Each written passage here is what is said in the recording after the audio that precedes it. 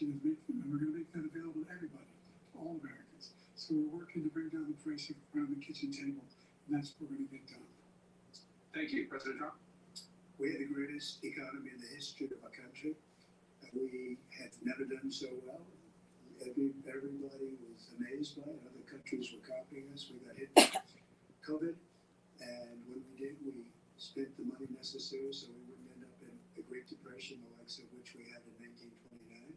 By the time we finished, so we did a great job. We got a lot of credit for the economy, a lot of credit for the military, and no wars, and so many other things. Everything was rocking good. But the thing we never got the credit for, and we should have, is getting us out of that COVID mess. He created mandates that was a disaster for our country. But other than that, we had given them back a country where the stock market actually was higher than pre-COVID, and nobody thought that was even possible. The only jobs he created were for illegal immigrants and bounce-back jobs, a bounce-back from the COVID. He has not done a good job. He's done a poor job, and inflation is killing our country. It is absolutely killing us. Thank you, President Biden. Oh, look, the greatest economy in the world. He's the only one who thinks that, I think. I don't know everybody else who thinks he's the greatest economy in the world. And, the fact of the matter is that we found ourselves in a situation where his economy, he rewarded the wealthy. He had the largest tax cut in American history, $2 trillion. He raised the deficit larger than any president has in any long term. He's the only president other than Herbert Hoover who's had lost more jobs than he had when he began, since Herbert Hoover. The idea that he did something that was significant in the military. When he was president, we were still killing people in Afghanistan. He didn't do anything about that. When he was president, we were still finding ourselves in a position where you had a notion that we were this safe country. The truth is, I'm the only president this century that doesn't have this decade, that doesn't have any troops dying anywhere in the world like he did. President Trump, I want to follow up if I can. You want to respond to him? Well, I'm going to ask you a follow-up. You can do whatever you want with the minute that we give you. I want to follow up. You want to impose a 10% tariff on all goods coming into the U.S. How will you ensure that that doesn't drive prices even higher? Nothing will drive them higher. It's just going to cause countries that have been ripping us off for years, like China and many others, in all fairness to China. It's going to just force them to pay us a lot of money, reduce our deficit tremendously, and give us a lot of power for other things. He made a statement. The only thing he was right about is I gave you the largest tax cut in history. I also gave you the largest regulation cut in history. That's why we had all the jobs. And the jobs went down and then they bounced back. And he's taking credit for bounce back jobs. You can't do that. He also said he inherited 9% inflation. No, he inherited almost no inflation, and it stayed that way for 14 months. And then it blew up under his leadership because they spent money like a bunch of people that didn't know what they were doing, and they don't know what they were doing. It was probably the worst administration in history. There's never been. And as far as Afghanistan is concerned, I was getting out of Afghanistan, but we were getting out with dignity, with strength, with power. He got out. It was the most embarrassing day in the history of our country's life. President Trump, over the last 8 years, under both of your administrations, the national debt soared to record highs. And according to a new nonpartisan analysis, President Trump, your administration approved $8.4 trillion in new debt. Well, so far, President Biden, you've approved $4.3 trillion in new debt. So, former President Trump, many of the tax cuts that you signed into law are set to expire next year. You want to extend them and go even further, you say. With the U.S. facing trillion-dollar deficits and record debt, why should top earners and corporations pay even less in taxes than they do now? Because the tax cuts spurred the greatest economy that we've ever seen just prior to COVID. And even after COVID, it was so strong that we were able to get through COVID much better than just about any other country. But we spurred, that tax spurred. Now, when we cut the taxes, as an example, the corporate tax was cut down to 21% from 39%, plus beyond that. We took in more revenue with much less tax, and companies were bringing back trillions of dollars back into our country. The country was going like never before, and we were ready to start paying down debt. We were ready to start using the liquid gold right under our feet, the oil and gas right under our feet. We were going to have something that nobody else has had. We got hit with COVID. We did a lot to fix it. I gave him an unbelievable situation with all of the therapeutics and all of the things that we came up with. We gave him something great. Remember, more people died under his administration, even though we had largely fixed it. More people died under his administration administration than our administration, and we were right in the middle of it, something which a lot of people don't like to talk about. But he had far more people dying in his administration. He did the mandate, which is a disaster, mandating it. When the vaccine went out, he did a mandate on the vaccine, which is the thing that people most objected to about the vaccine. And he did a very poor job, just a very poor job. And I will tell you, not only poor there, but throughout the entire world, we're no longer respected as a country. They don't respect our leadership. They don't respect the United States anymore. We're like a third world nation between weaponization of his election, trying to go after his political opponent, all of the things he's done, we've become like a third world nation. And it's a shame. The damage he's done to our country, and I'd love to ask him, and will, why he allowed millions of people to come in here from prisons, jails, and mental institutions to come into our country and destroy our country. President Trump, we will get to immigration later in this block. President Biden, I want to give you an opportunity to respond to this question about the national debt. He had the largest national debt of any president in a 4-year period, number one. Number two, that $2 trillion tax cut benefited the very wealthy. What I'm going to do is fix the tax system. For example, we have 1,000 trillionaires in America. Billionaires in America. And what's happening? They're in a situation where they, in fact, pay 8.2% in taxes. If they just paid 24%, 25%, either one of those numbers, they'd raise $500 billion, I should say, in a 10-year period. We'd be able to wipe out his debt. We'd be able to help make sure that all those things we need to do, child care, elder care, making sure that we continue to strengthen our healthcare system, making sure that we're able to make every single solitary person eligible for what I've been able to do with the COVID, with dealing with everything we have to do with, look, if we finally beat Medicare. Thank you, President Biden. President Trump? Well, he's right. He did beat Medicare. He beat it to death, and he's destroying Medicare because all of these people are coming in. They're putting them on Medicare. They're putting them on Social Security. They're going to destroy Social Security. This man is going to single-handedly destroy Social Security. These millions and millions of people coming in, they're trying to put them on Social Security. He will wipe out Social Security. He will wipe out Medicare. So he was right in the way he finished that sentence. And it's a shame. What's happened to our country in the last 4 years is not to be believed. Foreign countries, I'm friends with a lot of people. They cannot believe what happened to the United States of America. We're no longer respected. They don't like us. We give them everything they want, and they think we're stupid. They think we're very stupid people.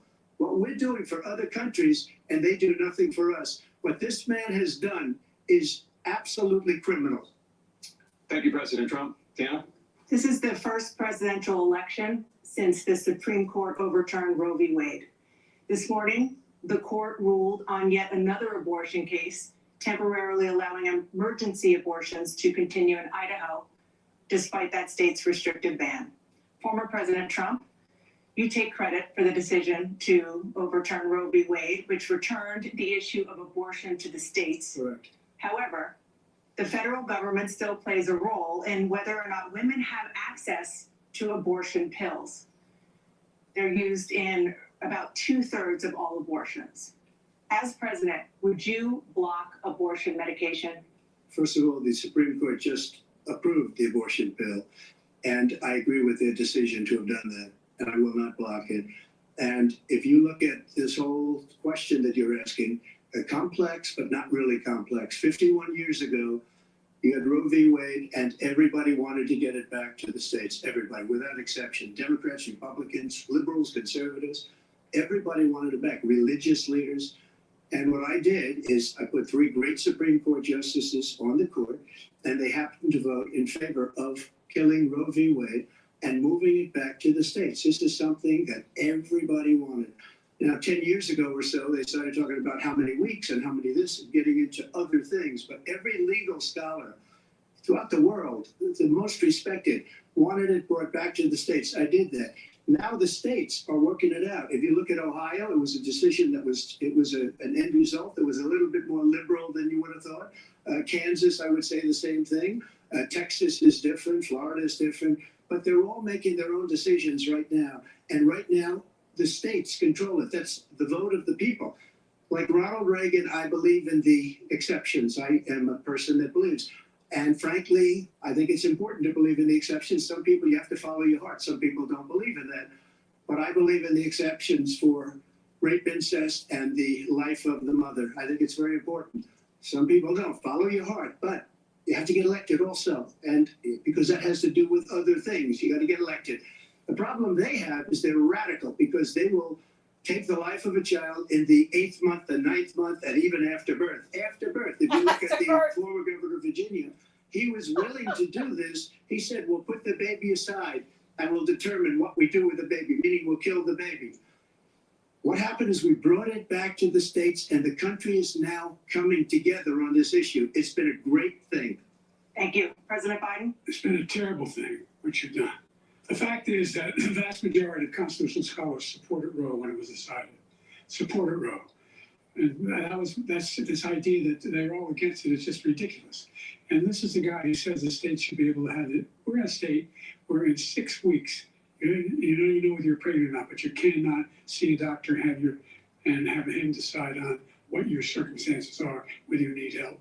The idea that states are able to do this is a little like saying we're going to turn civil rights back to the states. Let each state have a different rule. Look, there's so many young women who have been, including a young woman who just was murdered, and he went to the funeral. The idea that she was murdered by an immigrant coming in there. They talk about that. But here's the deal: there's a lot of young women being raped by their in-laws, by their spouses, brothers and sisters. It's just ridiculous, and they can do nothing about it. And they try to arrest them when they cross state lines. Thank you. There have been many young women murdered by the same people he allows to come across our border. We have a border that's the most dangerous place anywhere in the world, considered the most dangerous place anywhere in the world. And he opened it up, and these killers are coming into our country, and they are raping and killing women. And it's a terrible thing. As far as the abortion is concerned, it is now back with the states. The states are voting. In many cases, it's frankly a very liberal decision. In many cases, it's the opposite.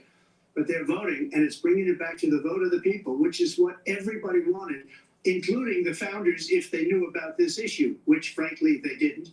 But they would have done it. Everybody wanted it brought back. Ronald Reagan wanted it brought back. He wasn't able to get it. Everybody wanted it brought back, and many presidents had tried to get it back. I was the one to do it. And again, this gives it the vote of the people, and that's where they wanted it. Every legal scholar wanted it that way. Staying on the topic of abortion, President Biden, 7 states, I'll let you do that. This is the same topic. 7 states have no legal restrictions on how far into a pregnancy a woman can obtain an abortion. Do you support any legal limits on how late a woman should be able to terminate a pregnancy? I supported Roe v. Wade, which had 3 trimesters. First time is between the woman and the doctor. Second time is between the doctor and an extreme situation. The third time is between the doctor, between the woman and the state. The idea that the politicians, that the founders wanted the politicians to be the ones making decisions about women's health is ridiculous. That's the last. No politician should be making that decision. A doctor should be making those decisions. That's how it should be run. That's what you're going to do. And if I'm elected, I'm going to restore Roe v. Wade.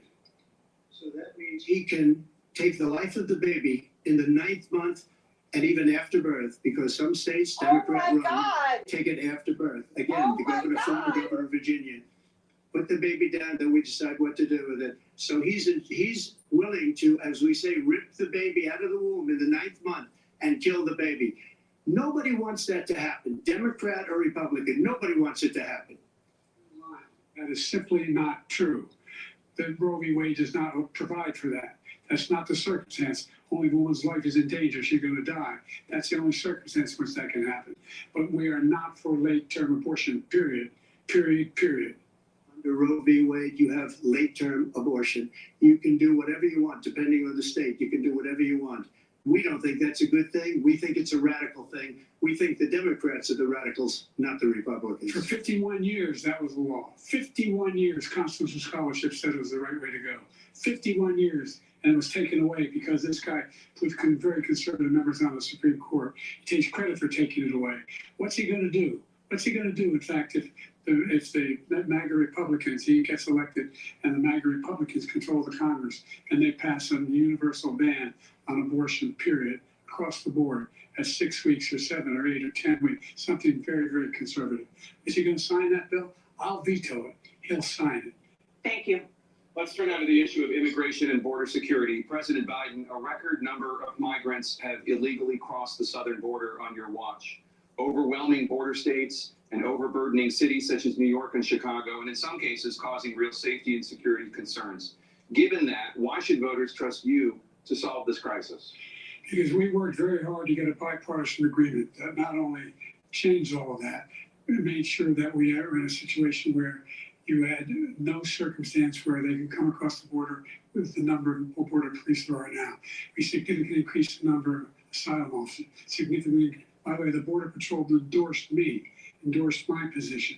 In addition to that, we found ourselves in a situation where when he was president, he was separating babies from their mothers, putting them in cages, making sure the families are separated. That's not the right way to go. What I've done since I've changed the law, what's happened? I've changed it in a way that now you're in a situation where there are 40% fewer people coming across the border legally. It's better than when he left office.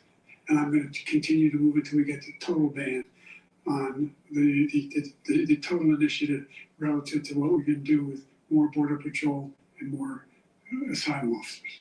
President Trump?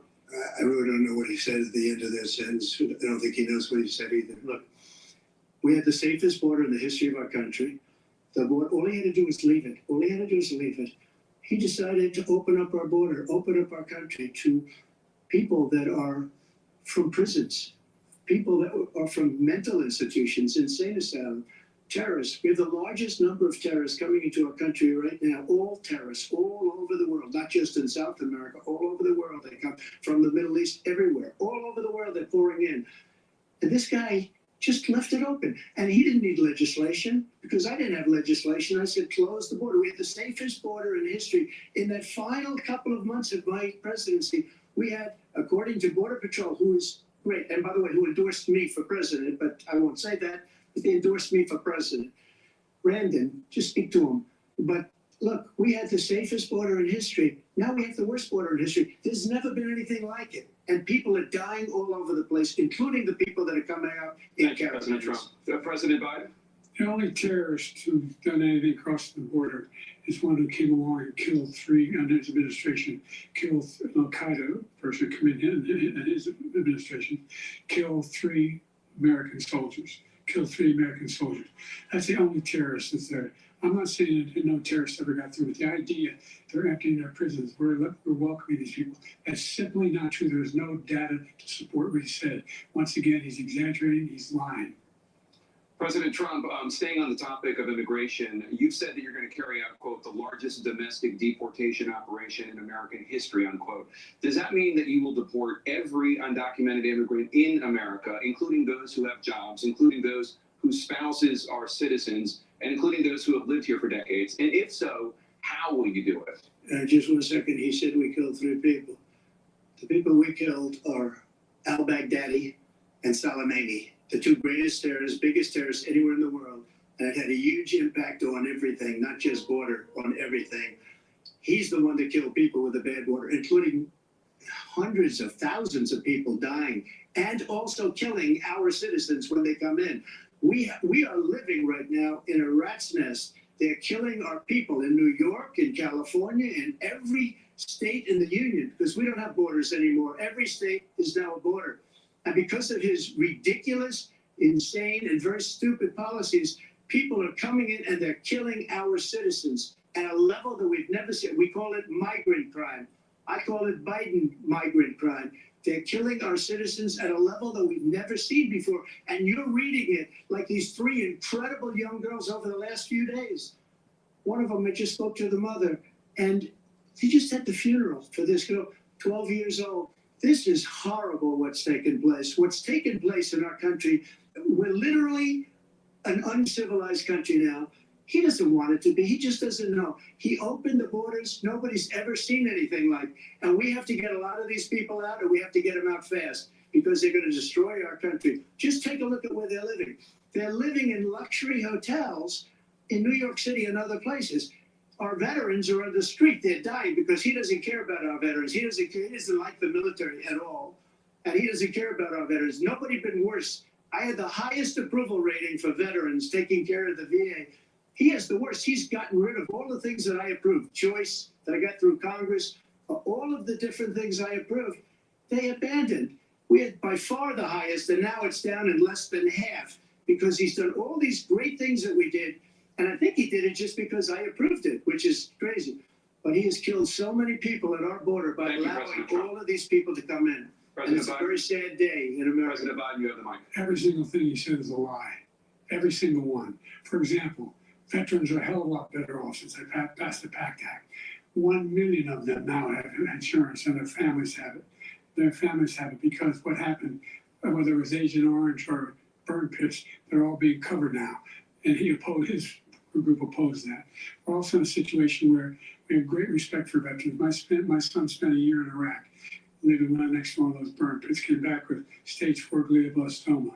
I was recently in France for D-Day, and I spoke all about those heroes that died.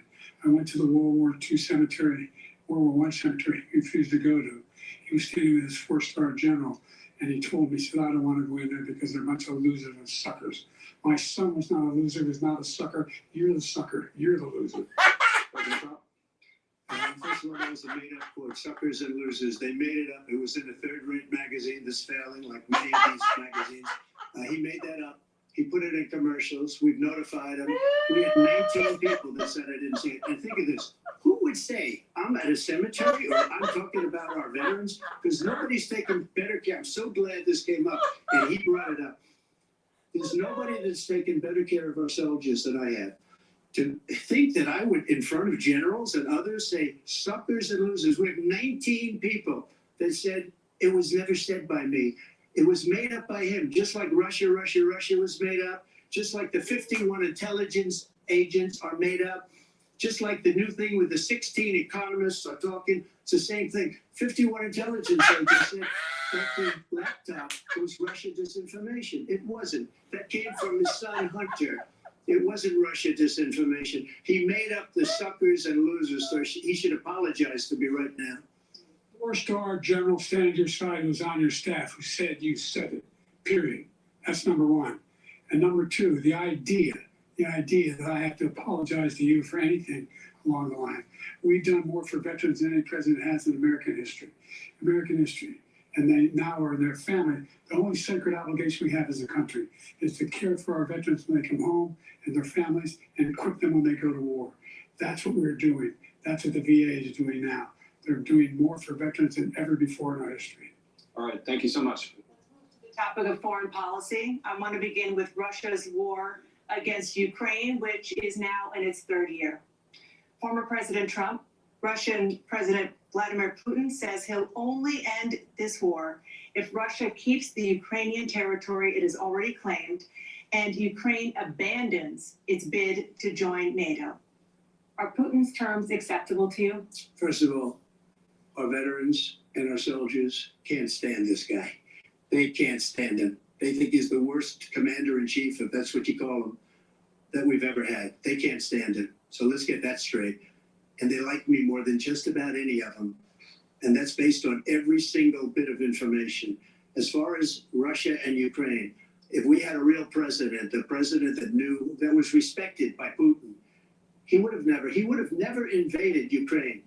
A lot of people are dead right now, much more than people know. You know, they talk about numbers. You can double those numbers, maybe triple those numbers. He did nothing to stop it. In fact, I think he encouraged Russia from going in. I'll tell you what happened. He was so bad with Afghanistan. It was such a horrible embarrassment, most embarrassing moment in the history of our country, that when Putin watched that and he saw the incompetence, that he should have fired those generals like I fired the one that you mentioned. And so he's got no love lost, but he should have fired those generals. No general got fired for the most embarrassing moment in the history of our country, Afghanistan, where we left billions of dollars of equipment behind. We lost 13 beautiful soldiers and 38 soldiers were obliterated. And by the way, we left people behind too. We left American citizens behind.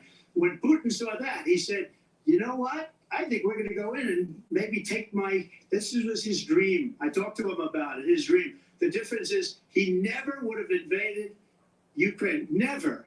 Just like Israel would have never been invaded in a million years by Hamas. You know why? Because Iran was broke with me. I wouldn't let anybody do business with them. They ran out of money. They were broke. They had no money for Hamas. They had no money for anything, no money for terror. That's why you had no terror at all during my administration. This place, the whole world is blowing up under him. President Biden? Never heard so much malarkey in my whole life. The fact of the matter is that we're in a situation where, let's take the last point first. Iran attacked American troops, caused brain damage for a number of these troops, and he did nothing about it. Recently, not when he was president. They attacked. He said they're just having headaches. That's all it is.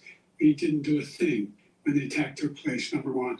Number two, we got over 100,000 Americans and others out of Afghanistan during that airlift.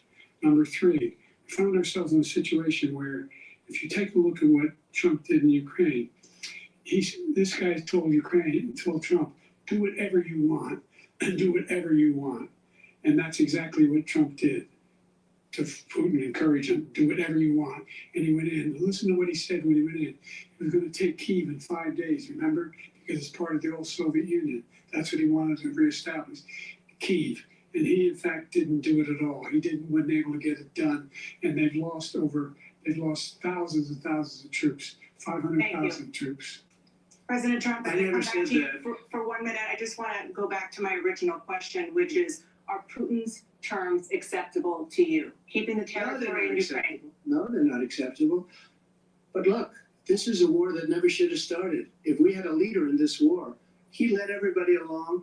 He's given $200 billion now or more to Ukraine. He's given $200 billion. That's a lot of money. I don't think there's ever been anything like it. Every time that Zelensky comes to this country, he walks away with $60 billion. He's the greatest salesman ever. And I'm not knocking him. I'm not knocking anything. I'm only saying the money that we're spending on this war, and we shouldn't be spending, it should have never happened. I will have that war settled between Putin and Zelensky as president-elect before I take office on January 20th. I hope that war settled. People being killed so needlessly, so stupidly, and I will get it settled, and I'll get it settled fast before I take office. You know, Biden, you have a minute. the fact is that Putin is a war criminal. He's killed thousands and thousands of people.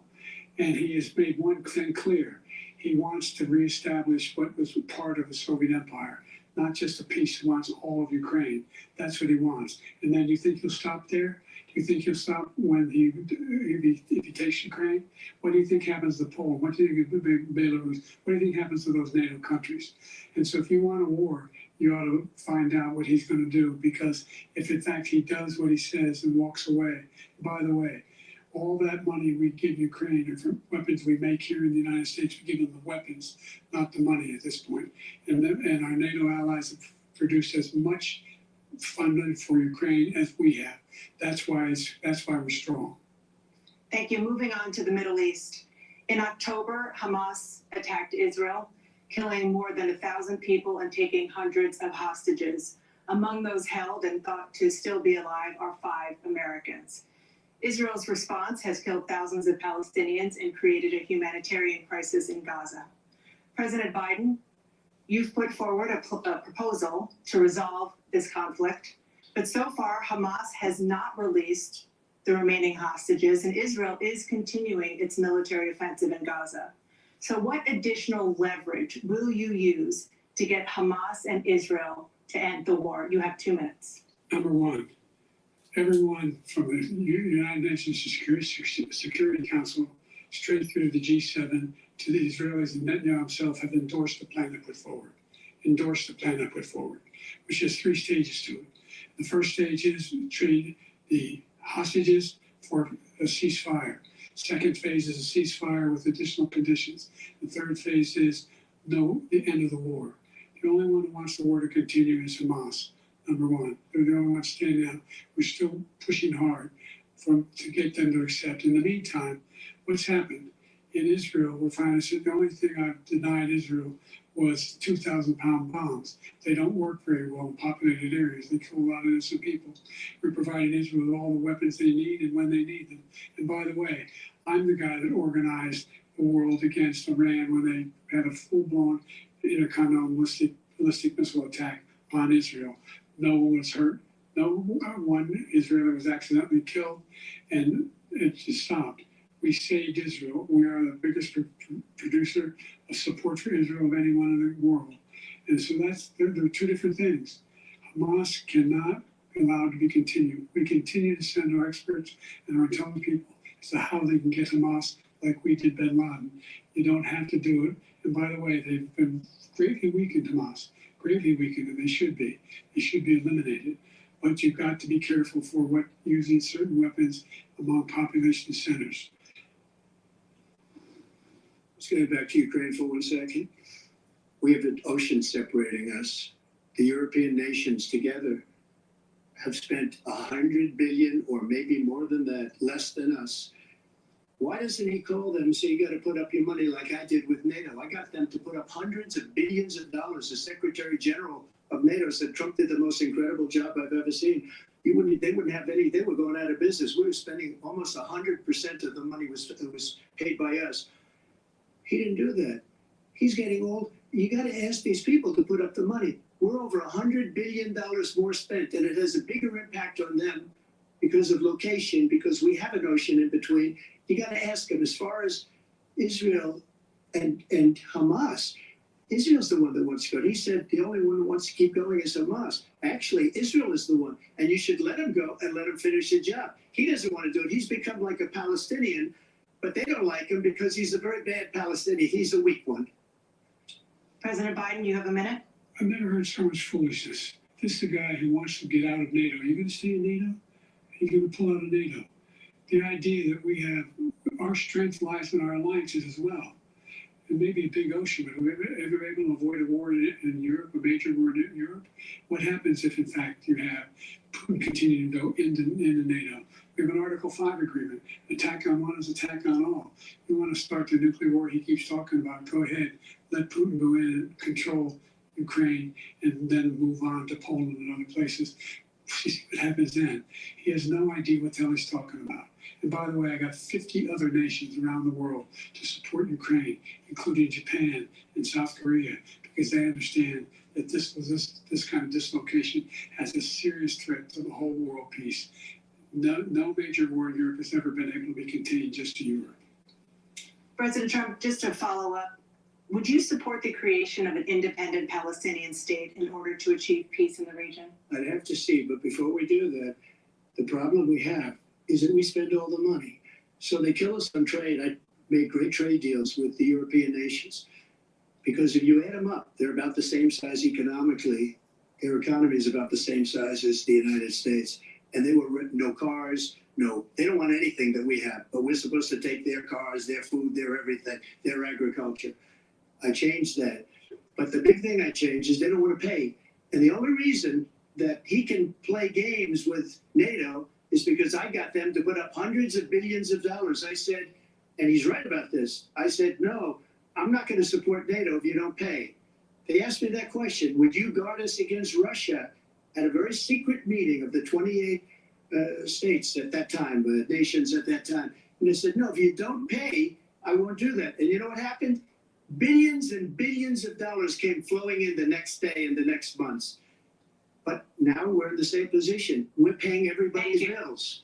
Let's turn to the issue of democracy. Former President Trump, I want to ask you about January 6, 2021. After you rallied your supporters that day, some of them stormed the Capitol to stop the constitutionally mandated counting of electoral votes. As president, you swore an oath to, quote, preserve, protect, and defend, unquote, the Constitution. What do you say to voters who believe that you violated that oath through your actions and inaction on January 6th and worry that you'll do it again? Well, I don't think too many believe that. And let me tell you about January 6th. On January 6th, we had a great border. Nobody coming through, very few. On January 6th, we were energy independent. On January 6th, we had the lowest taxes ever.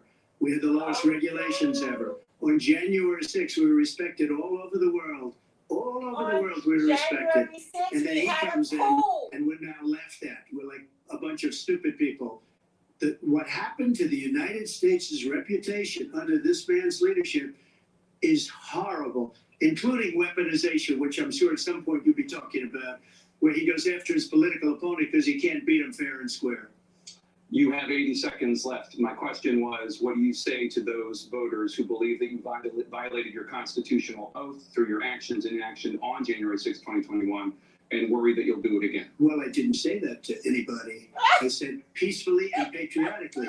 And Nancy Pelosi, if you just watched the news from 2 days ago, on tape to her daughter, who's a documentary filmmaker, they say, but she's saying, oh no, it's my responsibility. I was responsible for this. Because I offered her 10,000 soldiers or National Guard, and she turned them down. And the mayor in writing, by the way, the mayor, in writing, turned it down, the mayor of D.C. They turned it down. I offered 10,000 because I could see, I had virtually nothing to do. They asked me to go make a speech. I could see what was happening. Everybody was saying they're going to be there on January 6th. They're going to be there. And I said, you know what? There's a lot of people coming. You could feel it. You could feel it too, and you could feel it. And I said, they ought to have some National Guard or whatever. And I offered it to her. And she now admits that she turned it down. And it was the same day she was, I don't know, she can't be very happy with her daughter because it made her into a liar. She said, I take full responsibility for January 6th. President Biden? Look, he encouraged those folks to go to the Capitol Hill, number one. I sat in the dining room of the Oval Office. I sat there for 3 hours watching, begging, being begged by his vice president and a number of his colleagues on the Republican side as well to do something, to call for a stop, to end it. Instead, they talked about these people being patriots and great patrons of America. In fact, he says he'll not forgive them for what they've done. They've been convicted. He says he wants to commute their sentences and say that no. He went to every single court in the nation. I don't know how many cases, scores of cases, including the Supreme Court, and they said no, this guy is responsible for doing what was done. He did do a damn thing, and these people should be in jail, and they should be the ones who are being held accountable. And he wants to let them all out.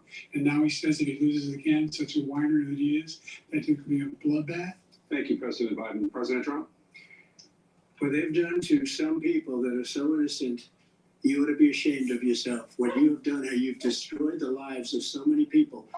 When they ripped down Portland, when they ripped down many other cities, you go to Minnesota, Minneapolis, what they've done there with the fires all over the city. If I didn't bring in the National Guard, that city would have been destroyed.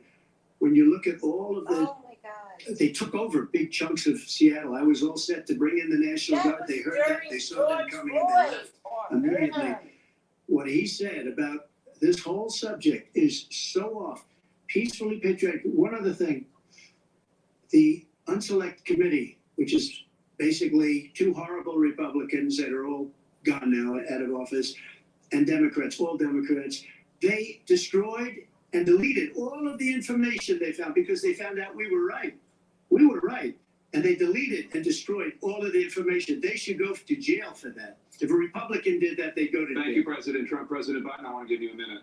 The only person on the stage is a convicted felon, is the man I'm looking at right now. And the fact of the matter is, what he's telling you is simply not true. The fact is that there was no effort on his part to stop what was going on up in Capitol Hill. And all those people, every one of those who were convicted, deserves to be convicted. The idea that they didn't kill somebody, just went in and broke down doors, broke the windows, occupied offices, turned over desks, turned over statues. The idea that those people are patriots? Come on. When I asked him those first two debates we had, the debates we had first time around, I said, will you denounce the Proud Boy? He said, no, I'll tell them to stand by. The idea he's refusing to, will you denounce these guys?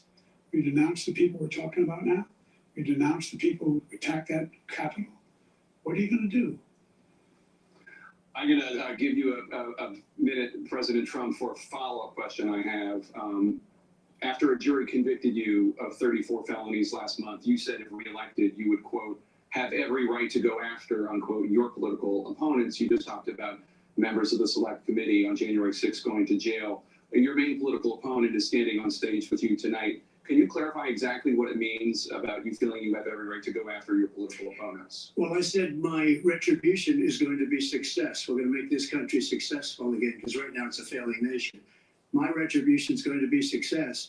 But when he talks about a convicted felon, his son is a convicted felon at a very high level. His son is convicted, going to be convicted probably numerous other times. Should have been convicted before, but his Justice Department let the statute of limitations lapse on the most important things. But he could be a convicted felon as soon as he gets out of office. Joe could be a convicted felon with all of the things that he's done. He's done horrible things. All of the death caused at the border, telling the Ukrainian people that we're going to want $1 billion or you change the prosecutor. Otherwise, you're not getting $1 billion. If I ever said that, that's quid pro quo. That we're not going to do anything. We're not going to give you $1 billion unless you change your prosecutor having to do with the son. Say that to you. This man is a criminal. This man, you're lucky. You're lucky. I did nothing wrong. Oh. We'd have a system that was rigged and disgusting. I did nothing wrong. Thank you, President Trump. President Biden, you have said, I'm coming right to you, sir. Well, you want to respond? Go ahead. I'll give you a minute to respond. The idea that I did anything wrong relative to what you're talking about is outrageous. It's simply a lie, number one. Number two, the idea that you have a right to seek retribution against any American just because you're president is wrong. It's simply wrong. No president's ever spoken like that before. No president in our history has spoken like that before. Number three, the crimes that you are still charged with, and think of all the civil penalties you have. How many billions of dollars do you owe in civil penalties for molesting a woman in public, for doing a whole range of things, of having sex with a porn star on the night while your wife was pregnant? What are we talking about? You have the morals of an alley cat. I didn't have sex with a porn star, number one. Number two, that was a case that was started and moved. They moved a high-ranking official, a DOJ, into the Manhattan DA's office to start that case. That case is going to be appealed and won. We had a very terrible judge, a horrible judge, Democrat. The prosecutor were all high-ranking Democrats, appointed people, and both the civil and the criminal. He basically went after his political opponent because he thought it was going to damage me. But when the public found out about these cases, because they understand it better than he does, he has no idea what these cases are. But when they found out about these cases, you know what they did? My poll numbers went up, way up. You know that because you're reporting it. And we took in more money in the last 2 weeks than we've ever taken in the history of any campaign. I don't think any campaign has ever taken hundreds of millions of dollars came pouring in because the public knows it's a scam and it's a guy that's after his political opponent because he can't win fair and square. Thank you, President Trump. President Biden, you have said, quote, Donald Trump and his MAGA Republicans are determined to destroy American democracy. Do you believe that the tens of millions of Americans who are likely to vote for President Trump will be voting against American democracy? Oh, The more they know about what he's done, yes. no, they're The more sitting they on know a about what puppet he's and done. hope for Trump. And there's not more coming. He's got a lot of cases down the road coming out. He's got a whole range of issues he has to face. I don't know what the juries will do, but I do know he has a real problem. And so the fact that, could you ever think you hear any president say that I'm going to seek retribution? You ever hear any presidents say that I thought Hitler had some good ideas? What got me involved to run the first place after my son had died, I decided in Iraq, because of Iraq, I said I wasn't going to run again until I saw what happened in Charlottesville, Virginia. People coming out of the woods carrying swastikas on torches, and singing the same anti-Semitic bile they sang when back in Germany. And the young woman got killed. I spoke to the mother, and they asked him. They said, "What do you think of those people? The people the ones who got killed, the one who tried to stop it, and the ones," he said, "I think they're fine people on both sides." What American president would ever say Nazis coming out of fields carrying torches, singing the same anti-Semitic bile, carrying swastikas were fine people? This is a guy who says Hitler's done some good things. I'd like to know what they are. The good things Hitler's done, that's what he said. This guy has no sense of American democracy. President Trump. Jake, both of you know that story has been totally wiped out because when you see the sentence, it said 100% exoneration on this. So he just keeps it going. He says he ran because of Charlottesville. He didn't run because of Charlottesville. He ran because it was his last chance. And he's not equipped to be president. You know it, and I know it. It's ridiculous. We have a debate. We're trying to justify his presidency. His presidency is, without question, the worst president, the worst presidency in the history of our country. We shouldn't be having a debate about it. There's nothing to debate. He made up the Charlottesville story, and you'll see it's debunked all over the place. Every anchor every reasonable anchor has debunked it. And just the other day, it came out where it was fully debunked. It's a nonsense story. He knows that, and he didn't run because of Charlottesville. He used that as an excuse to run. President Biden. And debunked. It happened. All you have to do is listen to what was said at the time. And the idea that somehow that's the only reason I ran. I ran because I was worried a guy like this guy could get elected. If he thought they were good people coming out of that forest, carrying those woods, carrying those torches, then he didn't deserve to be president. Didn't deserve to be president at all. And the idea that he's talking about all this being fabricated, we saw with our own eyes. We saw what happened on January 6th. We saw the people breaking through the windows. We saw people occupying his own vice president. Look, there's a reason why 40 of his 44 top cabinet officers refused to endorse him this time. His vice president hasn't endorsed him this time. So why? Why? They know him well. They serve with him. Why are they not endorsing him? Thank you, President Biden. We're going to be right back with more from the CNN presidential debate.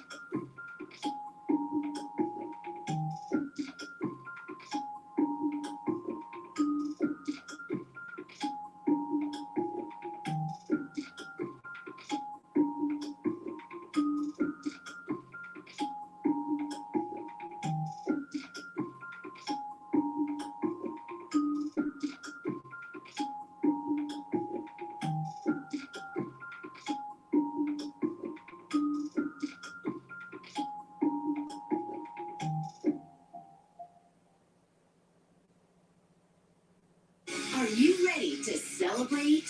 Sunday, June 30th, across the country, see, experience some of the nation's greatest Pride celebrations, all in one place as they happen live, right here on ABC News Live. Pride across America. Celebrate joy, love, freedom, and pride. Sunday, June 30th, starting at 11 a.m. Eastern Time. Streaming on ABC News Live and stream on Hulu. Babe Ruth, Hank Aaron, Shohei Ohtani, Legends of the game, but now the list of greats redefined. From ABC News, Reclaim the Forgotten League, a side of the story of baseball you have never heard before like this. The award-winning podcast is back. Listen wherever you get your podcasts, or scan the QR code you see here. I'm Wick Johnson, reporting from Maui. Wherever the story is, we'll take you there. You're streaming ABC News Live. Welcome back to the CNN presidential debate live from Georgia. Let's talk about persistent challenges you both faced in your first terms and you'd certainly face again in a second term. President Biden, while Black unemployment dropped to a record low under your presidency, Black families still earn far less than white families. Black mothers are still 3 times more likely to die from pregnancy-related causes, and Black Americans are imprisoned at 5 times the rate of white Americans. What do you say to Black voters who are disappointed that you haven't made more progress? They acknowledge they made a lot of progress, number one. The fact of the matter is there are more small Black businesses that have been started than any time in history. Number two, the wages of Black unemployment is the lowest level it's been in a long, long time. Number three, we're providing housing for Black Americans and dealing with the segregation that exists among these corporate operations that collude to keep people out of their houses. And in addition to that, we find that the impact on the choice that Black families have to make relative to child care is incredibly difficult. When we did the first major piece of legislation in the past, I was able to reduce Black child care costs, I cut them in half. We got to make sure we provide for child care costs. We got to make sure, because when you provide those child care protections, you increase economic growth because more people come in the job market. So there's more to be done, considerably more to be done. But we've done a great deal so far, and I'm not letting up, and they know it. You have 49 seconds left. What do you say to Black voters who are disappointed with the progress so far? I say I don't blame them for being disappointed. Inflation is still hurting them badly. For example, I provided for the idea that any Black family, first-time home buyer, should get a $10,000 tax credit to be able to buy their first home so they can get started. I made sure that we're in a situation where all those Black families and the Black individuals provided and had to take out student loans that were ballooning, that if they were engaged in nursing, doctor, and anything having to do with volunteerism, if they paid their bills for 10 years and their student debt, all the rest is forgiven after 10 years. Millions have benefited from that. And we're going to do a whole lot more for Black families. Thank you, President Trump. And he caused the inflation. He's blaming inflation, and he's right, it's been very bad. He caused the inflation, and it's killing Black families and Hispanic families and just about everybody. It's killing people. They can't buy groceries anymore. They can't. You look at the cost of food where it's doubled, and tripled, and quadrupled. They can't live. They're not living anymore. He caused this inflation. I gave him a country with essentially no inflation. It was perfect. It was so good. All he had to do is leave it alone. He destroyed it with his Green New Scam and all this money that's being thrown out the window. He caused inflation. As sure as you're sitting there, the fact is that his big kill on the Black people is the millions of people that he's allowed to come in through the border. They're taking Black jobs now, and it could be 18, it could be 19, and even 20 million people. They're taking Black jobs, and they're taking Hispanic jobs, and you haven't seen it yet, but you're going to see something that's going to be the worst in our history. Thank you. President Biden? There was no inflation when I became president. You know why? The economy was flat on its back. 50% unemployment. He decimated the economy, absolutely decimated the economy. That's why there was no inflation at the time. There were no jobs. We provided thousands of millions of jobs for individuals who were in all communities, including minority communities. We made sure that they had health insurance.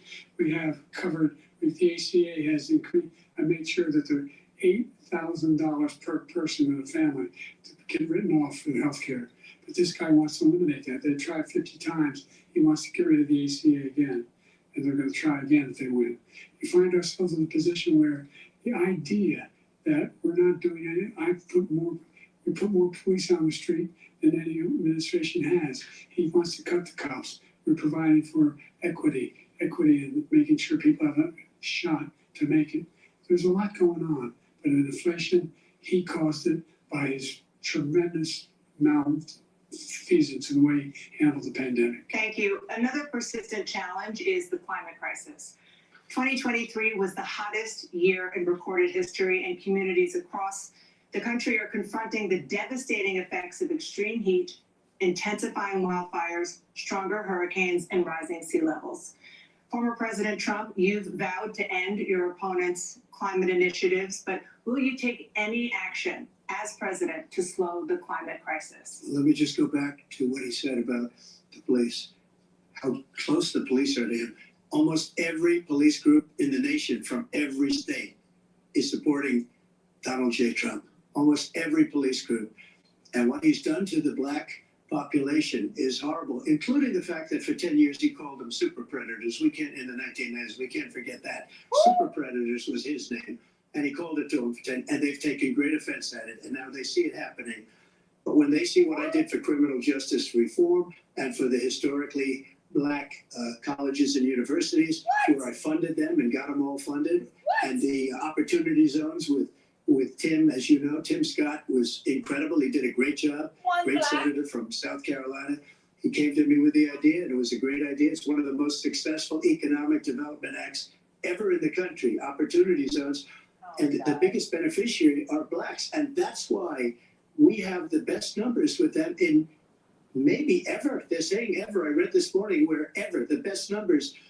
He's lost much of the black population because he's done a horrible job for black people. He's also done a horrible job for Hispanics. But when do you see these millions of people pouring into our country and they're going to take the jobs? And it's already started. And you haven't seen anything yet. It's a disaster. 38 seconds left. President Trump, will you take any action as president to slow the climate crisis? So I want absolutely immaculate clean water, and I want absolutely clean air, and we had it. We had H2O. We had the best numbers ever, and we were using all forms of energy, all forms, everything. And yet, during my 4 years, I had the best environmental numbers ever. And my top environmental people gave me that statistic just before I walked on the stage, actually. I don't know where the hell he's been. The idea that anything he said is true. I've passed the most extensive climate change legislation in history. We find ourselves, and by the way, black colleges, I came up with $15 billion for HBCUs, historic black universities and colleges, because they don't have the kind of contributors that they have to build these laboratories and the like. Any black student is capable in college of doing any white student can do. They just don't have the money, but now they'll be able to get those jobs in high tech. We're in a situation where the idea that he is claiming to have done something that had the cleanest water, he hadn't done a damn thing in the environment. He, out of the Paris Peace Accord, Climate Accord, I immediately joined it because if we reach 1.5 degrees Celsius at any one point, there's no way back. The only existential threat to humanity is climate change, and he didn't do a damn thing about it. He wants to undo all that I've done. The Paris Accord was going to cost us $1 trillion, and China nothing, and Russia nothing, and India nothing. It was a ripoff of the United States. And I ended it because I didn't want to waste that money because they treat us horribly. We were the only ones who was costing us money. Nobody else was paying into it. And it was a disaster. But everything that he said just now, I'll give you an example. I heard him say before insulin. I'm the one that got the insulin down for the seniors. I took care of the seniors. What he's doing is destroying all of our medical programs because the migrants coming in, they want everybody. And look, I have the biggest heart on the stage. I guarantee you that. And I want to take care of people, but we're destroying our country. They're taking over our schools, our hospitals, and they're going to be taking over Social Security. He is destroying Social Security, Medicare, and Medicaid. The idea is that we, in fact, we were the only ones of consequence. We're not members of the Paris Accord. How can we do anything we're not able to? The United States can't get this under control. One of the largest polluters in the world, number one. We're making significant progress. By 2035, we will have cut pollution in half. We've made significant progress, and we continue to make progress. We set up a climate corps where thousands of young people will learn how to deal with climate, just like the Peace Corps. And we're moving in directions that are going to significantly change the elements of cause of pollution. But the idea that he claims that he is the biggest heart up here and he's really concerned about pollution and about climate, I've not seen any indication of that.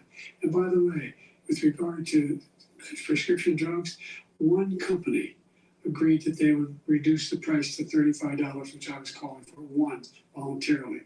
I made sure every company in the world, every pharmaceutical company, cannot have to pay. Thank you. And by the way, So every day, millions of Americans struggle just to make ends meet. For many older Americans, Social Security provides a critical lifeline.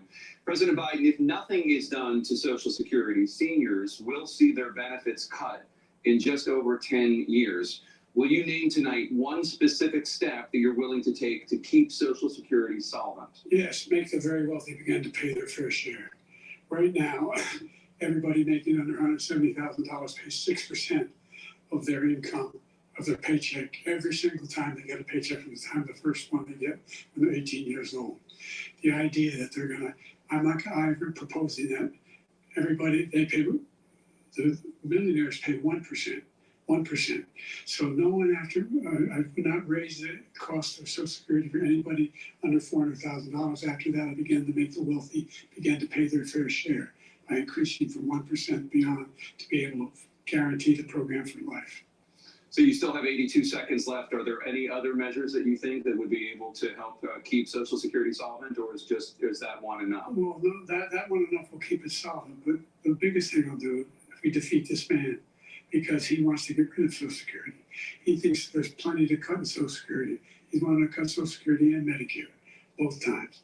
And if you look at the program put forward by the House Republican caucus that I believe supports, is in fact want to cut it as well. The idea that we don't need to protect our seniors is ridiculous. And by the way, the American public has greater health care coverage today than ever before. And on the ACA, as I said, you're in a circumstance where 400,000 people, 40 million people would not have insurance because they have a pre-existing condition. Only allows them to have that insurance is the fact that they, in fact, are part of the ACA. And by the way, the other thing is, we're in a situation where we talk about education for Black communities. I've raised the amount of money for Pell Grants, another $8,000. So anybody making under $70,000 a year is going to be able to get $15,000 towards the tuition. He just doesn't know what he's talking about. Thank you, President Biden. President Trump. So I've dealt with politicians all my life. I've been on this side of the equation for the last 8 years. I've never seen anybody lie like this guy. He lies. I've never seen it. He can look you in the face. About so many other things too. And we mentioned the laptop. We mentioned Russia, Ukraine. And everything he does is a lie. It's misinformation and disinformation. The losers and suckers story that he made up is a total lie on the military. It's a disgrace. But Social Security, he's destroying it because millions of people are pouring into our country, and they're putting them onto Social Security. They're putting them onto Medicare, Medicaid. They're putting them in our hospitals. They're taking the place of our citizens. What they're doing to the VA, to our veterans, is unbelievable. Our veterans are living in the street, and these people are living in luxury hotels. He doesn't know what he's doing, and it's really coming back. I've never seen such anger in our country before. President Biden. The idea that veterans are not being taken care of, I told you before. And by the way, when I said suckers and losers, he said he acknowledged after that he fired that general. That general got fired because he's the one that acknowledged that that's what he said. He was the one standing with Trump when he said it, number one. Number two, the idea that we're going to be in a situation where all these millions and millions, the way he talks about it, illegal aliens are coming into the country and taking away our jobs. There's a reason why we have the fastest growing economy in the world, the reason why we have the most successful economy in the world. we're doing better than any other nation in the world. And by the way, those 15 Nobel laureates he talked about being phony, those 15 Nobel laureates, economists, they all said that if Trump is reelected, we're likely to have a recession and inflation is going to increasingly go up. And by the way, worst president in history, 159 presidential scholars voted him the worst president in the history of the United States of America.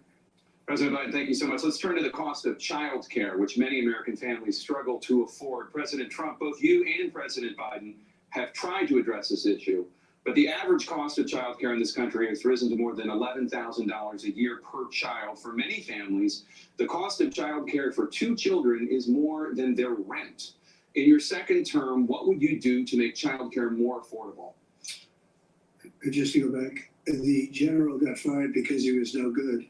And if he said that, that's why he made it up. But we have 19 people that said I didn't say it, and they're very highly respected, much more so than him. The other thing is, he doesn't fire people. He never fired people. I've never seen him fire anybody. I did fire a lot. I fired Comey because he was no good. I fired a lot of the top people at the FBI, drained the swamp. They were no good. Not easy to fire people. You pay a price for it, but they were no good. I inherited these people. I didn't put him there. I didn't put Comey there. He was no good. I fired him. This guy hasn't fired anybody. He never fires. He should have fired every military man that was involved with that the Afghanistan horror show, the most embarrassing moment in the history of our country. He didn't fire. Did you fire anybody? Did you fire anybody that's on the border, that's allowed us to have the worst border in the history of the world? Did anybody get fired for allowing 18 million people, many from prisons, many from mental institutions? Did you fire anybody that allowed our country to be destroyed? What about the women and children? So our country is being destroyed, as you and I sit up here and waste a lot of time on this debate. This shouldn't be a debate. He is the worst president. He just said about me because I said it. But look, he's the worst president in the history of our country. He's destroyed our country. Now all of a sudden he's trying to get a little tough on the border. He came out with a nothing deal, and it reduced it a little bit, like this much. It's insignificant. He wants open borders. He wants our country to either be destroyed or he wants to pick up those people as voters. And I don't think we just can't let it happen. If he wins this election, our country doesn't have a chance, not even a chance, of coming out of this rut. We probably won't have a country left anymore. That's how bad it is. He's the worst in history by far. Thank you, President Trump. President Biden? We're the most admired country in the world. We're the United States of America. There's nothing beyond our capacity. We're the finest military in the history of the world, the finest in the history of the world. No one thinks we're weak. No one wants to screw around with us. Nobody, number one. Number two, the idea that we're talking about worst presidents. I wasn't joking. Look it up. Go online. 159 or 58, don't know the exact number, presidential historians, they had meetings and they voted who was the worst president in American history, one through best to worst. They said he was the worst in all of American history. That's a fact. That's not conjecture. He can argue they're wrong, but that's what they voted. The idea that he is doing anything to deal with child care, he did for virtually nothing to child care. We should significantly increase the child care tax credit. We should significantly increase the availability of women and men or single parents to be able to go back to work. And we should encourage businesses to have. Thank you, President Biden. President Trump, the question was about what would you do to make child care more affordable, if you want to take your minute. Just so you understand, we have polling, we have other things that Answer they rate the him worse. fucking Because what he's done question. is so bad. And they rate me, I'll show you, I will show you. And they rate me one of the best, okay? And Oh my if I'm given another God. 4 years, I will be the best. I think I'll be the best. Nobody's ever created an economy like us. Nobody ever cut taxes like us. He's the only one I know. He wants to raise your taxes by 4 times. He wants to raise everybody's taxes by 4 times. He wants the Trump tax cuts to expire. So everybody, including the 2 of you, are going to pay 4 to 5 times. Nobody ever heard of this before. All my life, I grow up and I see politicians talking about cutting taxes. When we cut taxes, as I said, we did more business. Apple and all these companies, they were bringing money back into our country. Apple? The worst president in history by far, Apple? and everybody $1,200 knows a it. fucking President loan? Look, fact of Shut the up. matter is that he's dead wrong about it. He's increased the tariff. He will increase the taxes on middle class people. I said I never raised a tax on anybody making less than $400,000. I didn't. But this tariff, this 10% tariff, everything coming into the country, you know what the economists say? That's going to cost the average American $2,500 a year more, because they're going to have to pay the difference in food and all the things that we're importing. Number two, he's in a situation where he talks about how he has not raised, he somehow helped the middle class. The middle class has been devastated by you. Now you want a new tax cut of $5 trillion over the next 10 years, which is going to fundamentally bankrupt the country. You had the largest deficit of any president in American history, number one. Number two, you have not, in fact, made any contact, any progress with China. We are the lowest trade deficit with China since 2010. Thank you, President Biden. Thank you, President Biden. Let's discuss an epidemic impacting millions of Americans that both of you have made a top priority in your first term, the opioid crisis. And for both of you, the number of overdose deaths in this country has gone up. Under your term, it went up. Under your term, it has gone up. Former President Trump, despite the efforts that both of you have made, more than 100,000 Americans are dying from overdoses every year, primarily from fentanyl and other opioids. What will you do to help Americans right now in the throes of addiction who are struggling to get the treatment they need? To finish up, we now have the largest deficit in the history of our country under this guy. We have the largest deficit with China. He gets paid by China. He's a Manchurian candidate. He gets money from China. So I think he's afraid to deal with them or something. But do you notice he never took out my tariffs, because we bring in so much money with the tariffs that I imposed on China. He never took them away. He can't, because it's too much money. It's tremendous. And we saved our steel industries, and there was more to come, but he hasn't done that. But he hasn't cut the tariffs because he can't, because it's too much money. But he's got the largest deficit in the history of our country, and he's got the worst situation with China. China's going to own us if you keep allowing them to do what they're doing to us as a country. They are killing us as a country, Joe, and you can't let that happen. You're destroying our country. So, President Trump, you have 67 seconds left. The question was, what are you going to do to help Americans in the throes of addiction right now who are struggling to get the treatment they need? Jake, we were doing very well in addiction until the COVID came along. We had the 2.5, almost 3 years of like nobody's ever had before, any country, in every way. And then we had to get tough, and it was the drugs pouring across the border it started to increase. We got great equipment. We bought the certain dog that's the most incredible thing that you've ever seen, the way they can spot it.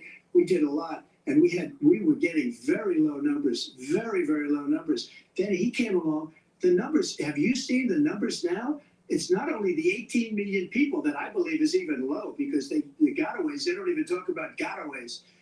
But the numbers of the amount of drugs and human trafficking in women coming across our border, the worst thing I've ever seen, at numbers that nobody's ever seen under him, because the border's so bad. But the number of drugs coming across our border now is the largest we've ever had by far. President Trump, thank you. President Biden? Fentanyl and the byproducts of fentanyl went down for a while. And I wanted to make sure we use the machinery that can detect fentanyl. These big machines that roll over everything that comes across the border. And it costs a lot of money. That was part of this deal we put together, this bipartisan deal. More fentanyl machines, more be able to detect drugs, more numbers of agents, more numbers of all people at the border. And when we had that deal done, he called his Republican colleagues and said, don't do it. It's going to hurt me politically. But he never argued it's not a good bill. It's a really good bill. We need those machines. We need those machines. And we're coming down very hard in every country in Asia in terms of precursors for fentanyl. And Mexico is working with us to make sure they don't have the technology to be able to put it together. That's what we have to do. We need those machines. Thank you, President Biden. President Trump, and again, the question is about Americans in the throes of addiction right now struggling to get the treatment they need. Well, this does pertain to it. He ended Remain in Mexico. He ended catch and release. I made it catch and release in Mexico, not catch and release here. We had so many things that we had done. Negotiations with Mexico, and I got it all for nothing. It's just like when you have a hostage. We always pay $6 billion for every time we say a hostage. Now we have a hostage, a Wall Street Journal reporter. I think, a good guy. And he's over there because Putin is laughing at this guy, probably asking for billions of dollars for the reporter.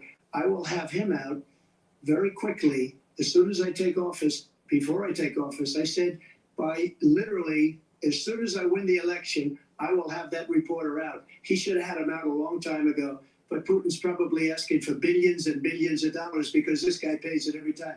We had 2 cases where we paid $6 billion for 5 people. I got 58 people out, and I paid essentially nothing. Thank you, President Trump. Dan? Let's turn to concerns that voters have about each of you. President Biden, you would be 86 at the end of your second term. How do you address concerns about your capability to handle the toughest job in the world well into your 80s? Well, first of all, I spent half my career being criticized being the youngest person in politics. I was the second youngest person ever elected to the United States Senate, and now I'm the oldest. This guy's 3 years younger and a lot less competent. I think that just look at the record. Look at what I've done. Look how I've turned around the horrible situation he left me. As I said, 15 million new jobs, 800,000 manufacturing jobs, more investment in America, over billions of dollars in private investment in enterprises that we are growing. By the way, we brought an awful lot of people. Well, the whole idea of computer chips, we used to have 40% of the market.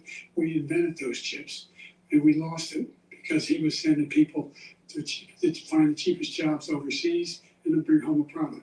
So I went to South Korea. I convinced Samsung to invest billions of dollars here in the United States. And guess what? Those fabs, they call them, to build these chips, those fabs pay over $100,000. You don't need a college degree for them. And there's billions, about $40 billion already being invested and being built right now in the United States, creating significant jobs for Americans from all over the world. President Biden, you have 40 seconds left. Would you like to add anything? Yeah, I would. The idea that somehow we are this failing country. I never heard a president talk like this before.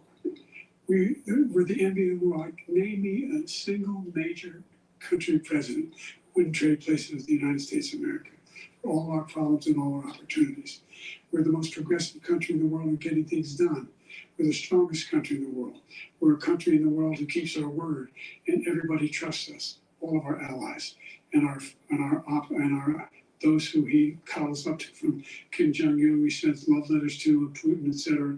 They don't want to screw around with us. Thank you. For President Trump, to follow up, you would be 82 at the end of your second term. What do you say to voters who have concerns about your capabilities to serve? Well, I took 2 tests, cognitive tests. I aced them, both of them, as you know. We made it public. He took none. I'd like to see him take one, just one, a real easy one. Like go through the first 5 questions. He couldn't do it.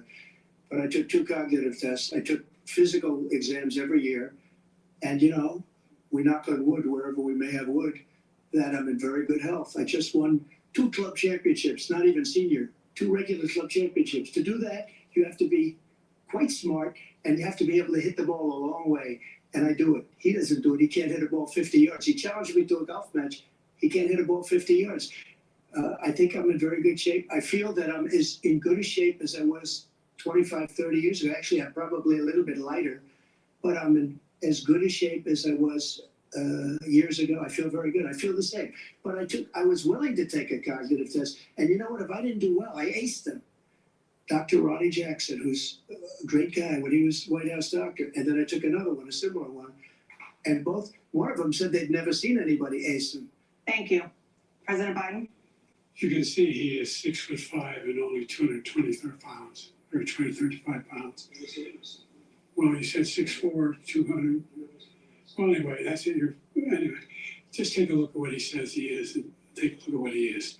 Look, I'd be happy to have a driving contest with him. I got my handicap, which when I was vice president, down to a 6. But by the way, I told you before, I'm happy to play golf if you carry your own bag. Think you can do it?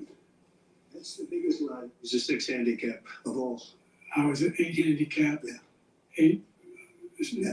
But I had, I've seen you swing. I know you swing. Let's not act like children. President Trump, we're going to turn Let's not act like children. to a specific concern that voters have about you. Will you pledge tonight that once all legal challenges have been exhausted, that you will accept the results of this election, regardless of who wins, and you will say right now that political violence in any form is unacceptable? Well, I shouldn't have to say that, but of course I believe that. It's totally unacceptable. And if you would see my statements that I made on Twitter at the time, and also my statement that I made in the Rose Garden, you would say it's one of the strongest statements you've ever seen. In addition to the speech I made in front of, I believe, the largest crowd I've ever spoken to. And I will tell you, nobody ever talks about that. They talk about a relatively small number of people that went to the Capitol, and in many cases were ushered in by the police. And as Nancy Pelosi said, it was her responsibility, not mine. She said that loud and clear. But the answer is, if the election is fair, free, and I want that more than anybody. And I'll tell you something. I wish he was a great president, because I wouldn't be here right now. I'd be at one of my many places enjoying myself. I wouldn't be under indictment because I wouldn't have been his political opponent, because he indicted me because I was his opponent.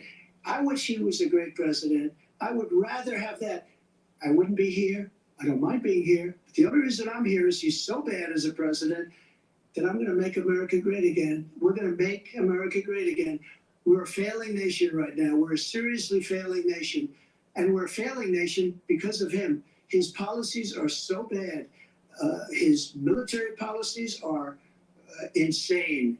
They're insane. These are wars that will never end with him.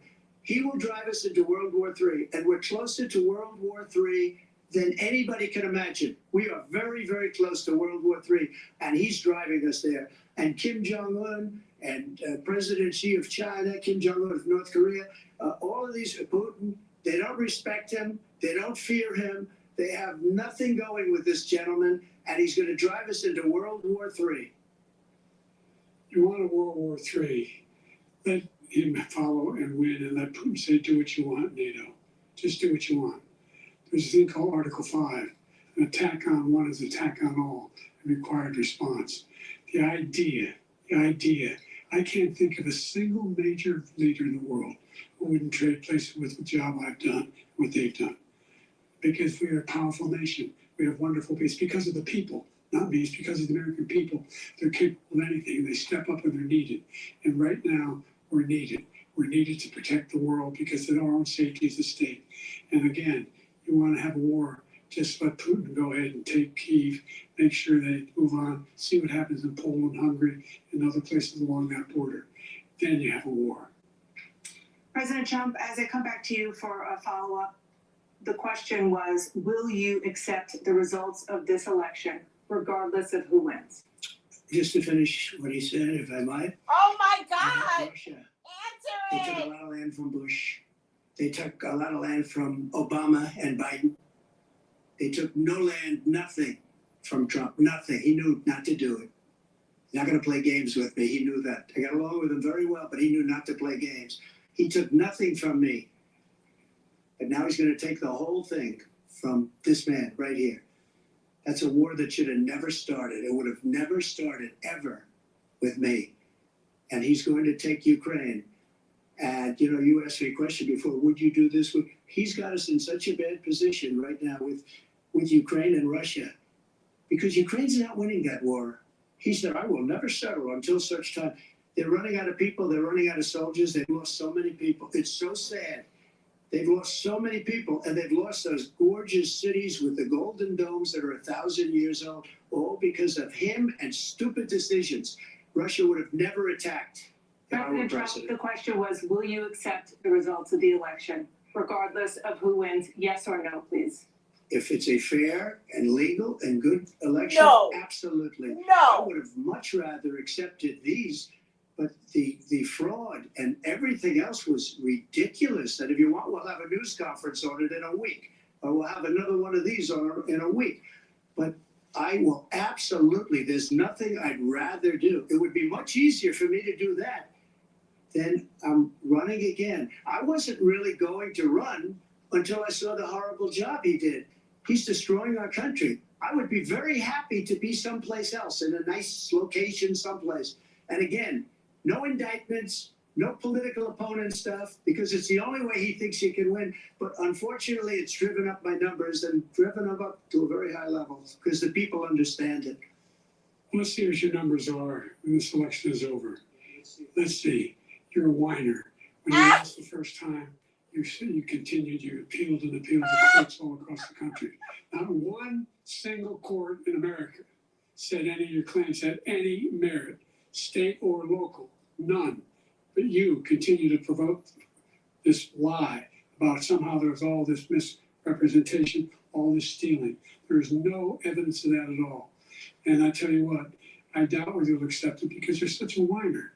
The idea if you lose again, you accepted anything, you can't stand the loss. Something snapped in you when you lost the last time. We'll be right back with more from the CNN presidential debate, live from Georgia.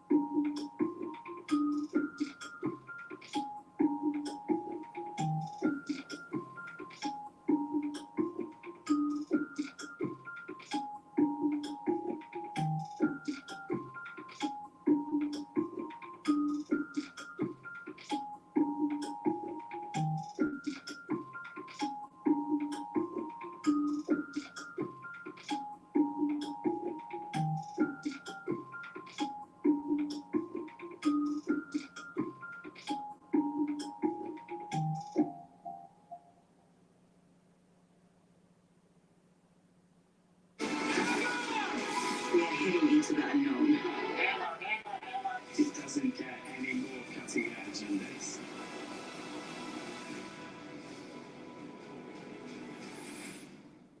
Hi, I'm Andy. And I'm Sabrina. And we're moms, juggling tons of stuff every day, like all you moms out there. And you know what we love? Really love pop culture. So listen now to our new podcast, Pop Culture Moms, wherever you get your podcasts. Are you ready to celebrate? Sunday, June 30th, across the country. See, experience some of the nation's greatest pride celebrations, all in one place as they happen live, right here on ABC News Live. Pride across America. Celebrate joy, love, freedom, and pride. Sunday, June 30th, starting at 11 a.m. Eastern Time. Streaming on ABC News Live and stream on Hulu. It is now time for the candidates to deliver their closing statements as predetermined by a coin toss. We're going to begin with you, President Biden. You have 2 minutes.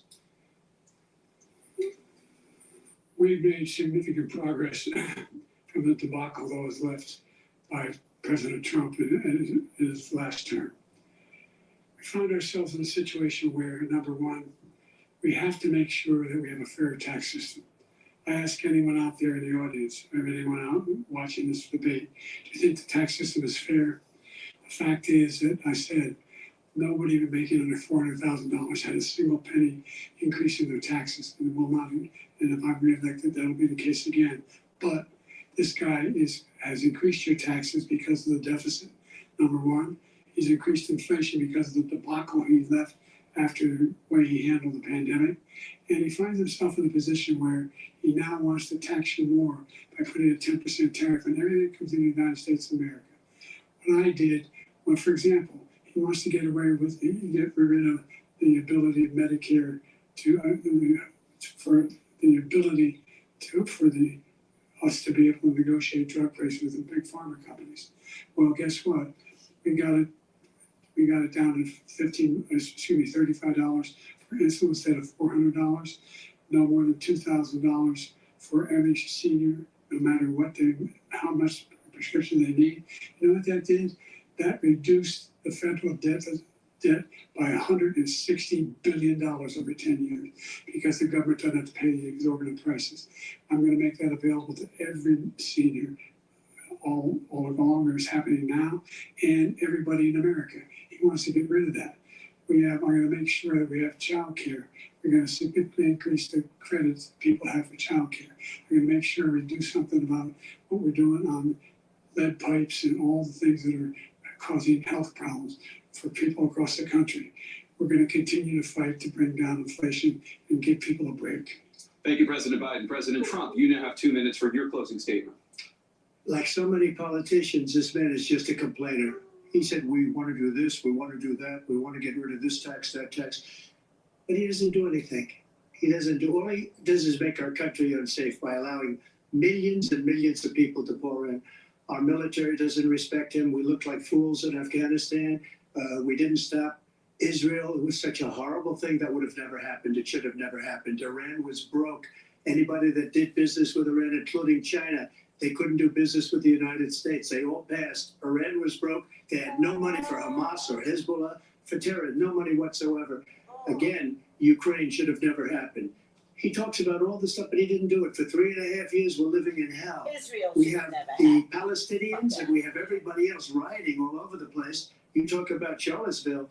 This is 100 times Charlottesville, 1,000 times. The whole country is exploding because of you, because they don't respect you, and they have to respect their president, and they don't respect you throughout the world. We don't respect you. What we did was incredible. We rebuilt the military. We got the largest tax cut in history, the largest regulation cut in history. The reason he's got jobs is because I cut the regulations that gave jobs, but he's putting a lot of those regulations back on.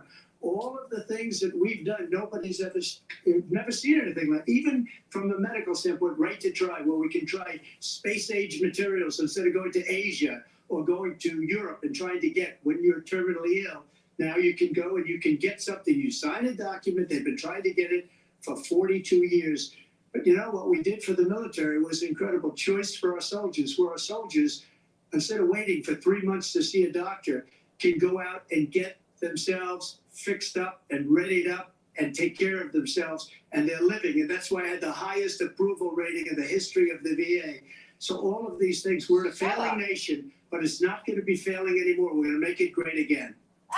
Thank you, former President Trump. Make it President great Biden, again. I stay can't with us take it. because we have full analysis of this debate. Anderson Cooper and Aaron Burnett starts now on CNN. Watched as a nation now the These first presidential bastards. debate of this election cycle. This They is the let earliest Trump presidential finish, debate that and we've he ever witnessed ends as a it country. with make We're it great staying on this again. shot to see if they acknowledge one another. CNN One of the is telling all for Trump. parts That's of all this I have evening to was say. from the very start, the walkout onto CNN that is debate biased. stage in They Atlanta. are Both the bastards. current president, President Biden, and former President Donald Trump walking out onto that And they stage. kept There calling was no him handshake. President Trump. He is former, 3 times impeached President Trump. Fuck out of here.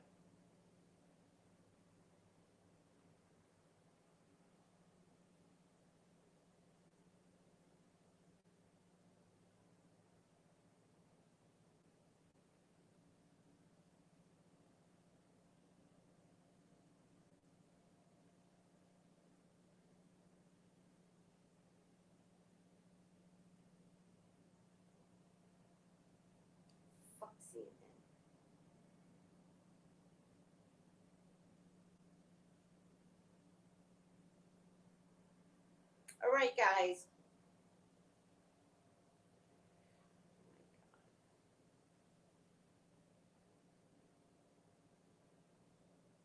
Let's discuss this tomorrow morning. All right?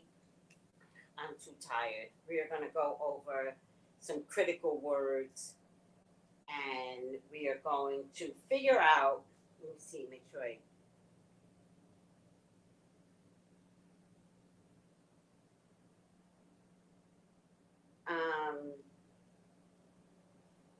they hit your comment, Kelly. Right. He's also convicted. Let me leave that.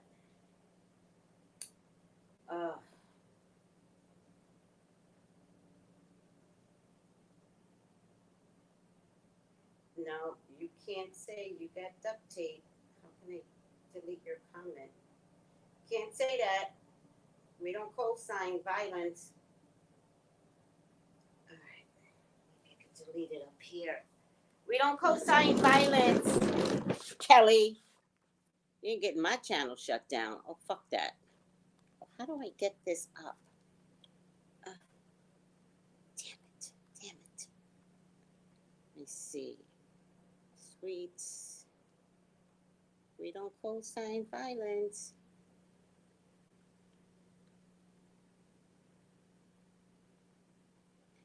Sexual predator is fine, but we do not co-sign violence when we're talking about president or former president of the United States. So that comment had to get deleted, Kelly Williams. Keep it clean. Oh, thank you, BJ. I enjoyed the debate with you. Thank you. All right. Biden had a cold? You think so? All right. No, I'm good. I'm not watching the wrap up, the analyst. I'm not doing any of that. All right, everyone. We will discuss some of these comments tomorrow morning on the Tracy Morning Show, whatever name that show is. I have no idea. It's a no-name show that Tracy does in the morning. That's the name of the show. All right. I love you guys. I know I enjoyed it too, Jayon. All right, guys. I love you. I don't feel like coming on camera, so good night. You ain't got to go home, but y'all got to get the hell up out of here. Love you guys. Call me for your own personal reading, 213-458-7408. Let's discuss this tomorrow morning. Gals and guys, go to Tracy Brown Live. Go to Tracy Brown Live. Go to Tracy Brown Live. Gals and guys, go to Tracy Brown Live. Go to Tracy Brown Live.